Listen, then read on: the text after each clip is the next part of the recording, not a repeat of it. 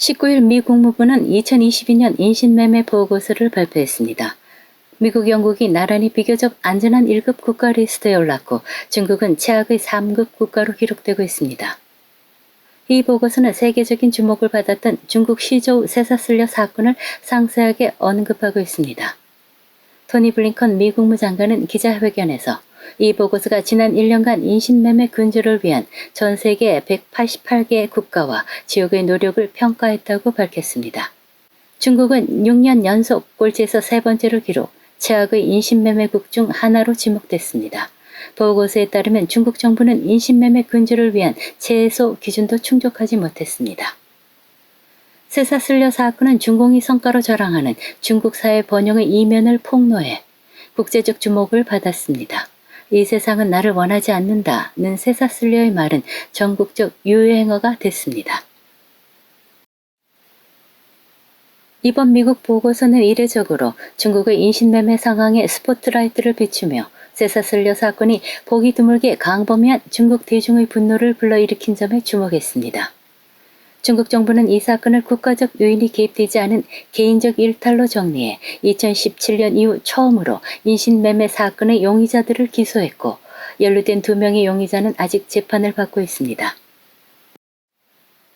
비영리 단체 중국 여성 권리의 발긴 장징은 RFA 라디오와의 인터뷰에서 대중의 여론이 쇠사슬에 묶인 여인에 대해 매우 우려하고 있지만 결국 아무런 결과가 없다고 말합니다.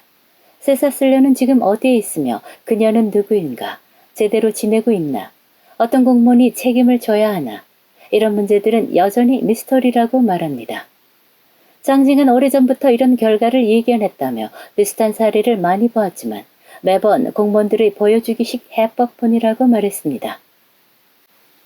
인신매매 방지의 달이나 집중 캠페인이 벌어지는 천둥작전 때만 법 집행기관이 인신매매범을 잡아서 유죄를 선고하고는 그걸로 끝이라며 중국 정부는 이 문제를 해결할 수 있는 충분한 능력과 자원이 있고 모든 여건을 갖추고 있지만 아무것도 하지 않는다고 말했습니다. 재미시사평론가 란슈는 이번에 미국이 낸 인신매매 보고서가 쇠사슬려 사건에 대한 우려를 심각하게 표명했지만 그건 단순한 인신매매 범죄에 대한 우려일 뿐이라며 쇠사슬려 사건 뒤에는 더욱 어두운 그림자가 드리워져 있다고 말했습니다.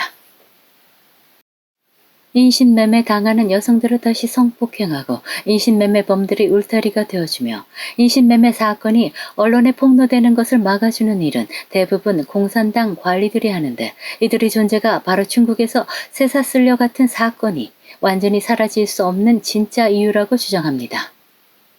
요즘 대륙 네티즌들은 중국식 인생의 낙 4가지를 꼽습니다. 외출해서 구타당하지 않는 것, 집이 미완성 건물이 아닌 것, 매일 쇠사슬에 묶이지 않아도 되는 것, 아직 은행에 예금이 그대로 있는 것이 중국인 인생의 사락이라고 말이죠. 전국을 찌른 조크입니다만 씁쓸하기 짝이 없습니다. 다음 뉴스입니다.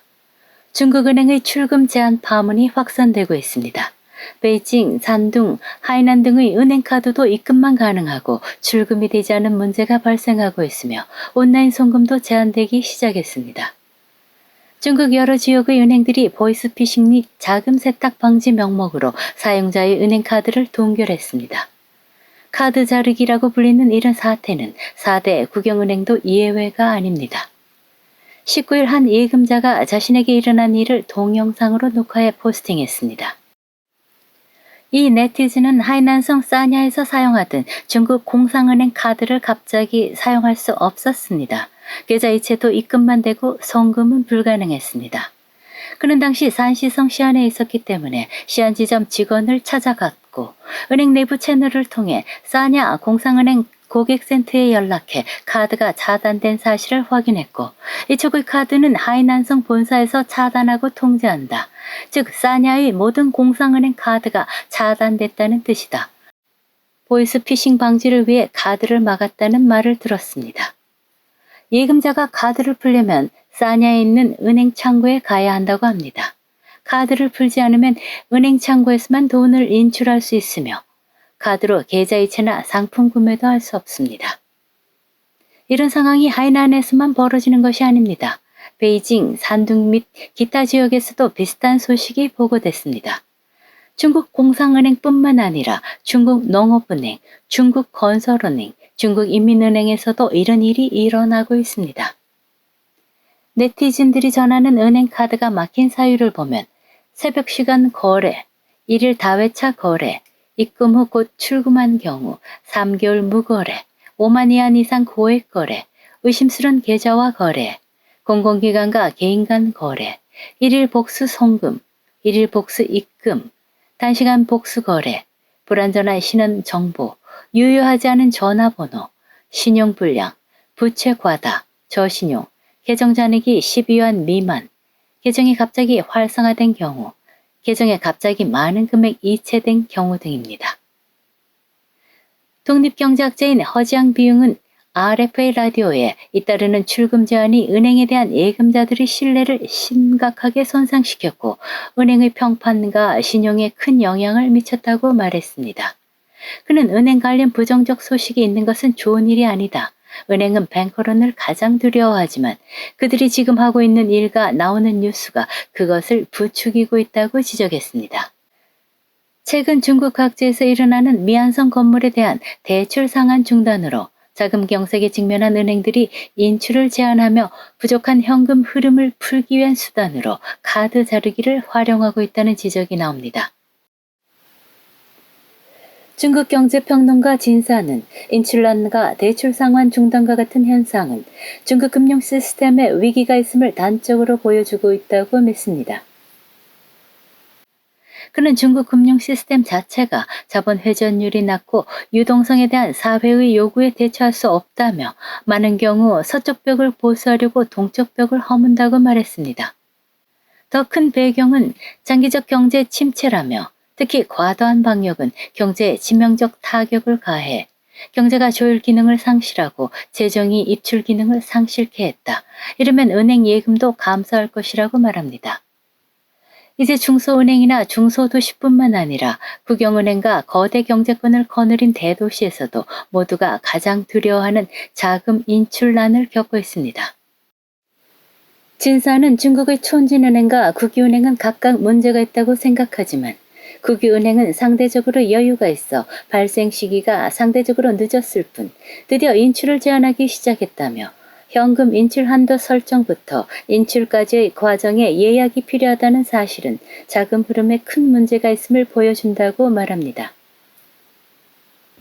그는 은행의 자금 인출난 지속은 중국 제도 금융의 위기를 촉발할 것이라며 우선 부동산 업계가 정면 타격을 받을 것이고 경제를 부양하기 위해 인프라에 의존하는 개발 모델도 전환점을 맞이할 가능성을 배제하지 않습니다.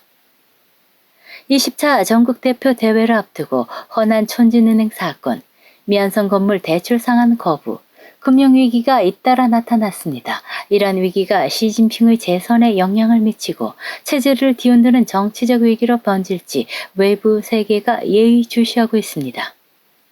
평론가 리홍칭은 중국은행 업계는 이미 회색 코뿔소에 바쳤고 일반 서민의 은행 예금은 위험에 처해 있다고 말했습니다. 그는 중국 경제가 몇 년 전 베네수엘라와 같은 수준으로 악화된다면 평범한 사람들이 반란을 일으키지 않는 것이 이상한 일이 될 것이라고 경고했습니다. 마지막 소식입니다. 스리랑카는 심각한 경제 위기로 디폴트를 선언했습니다. 중국 인터넷에서는 스리랑카가 부채를 상환하게 하는 방법에 대한 논의가 활발합니다. 19일 RFA 라디오는 스리랑카에 많은 돈을 대출해준 중국에서 스리랑카에 대해 경제 식민지화를 꾀하는 여론이 있다며 몇 가지 신뢰를 인용했습니다.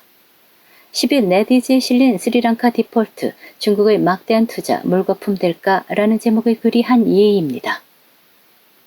기사는 스리랑카의 대출 상환이 한동안 이루어지지 못하면 스리랑카 땅과 스리랑카 인프라 프로젝트를 부채와 교환, 몇 군데 경제 특구를 99년 임대로 전환하는 것이 유일한 선택이라고 주장했습니다.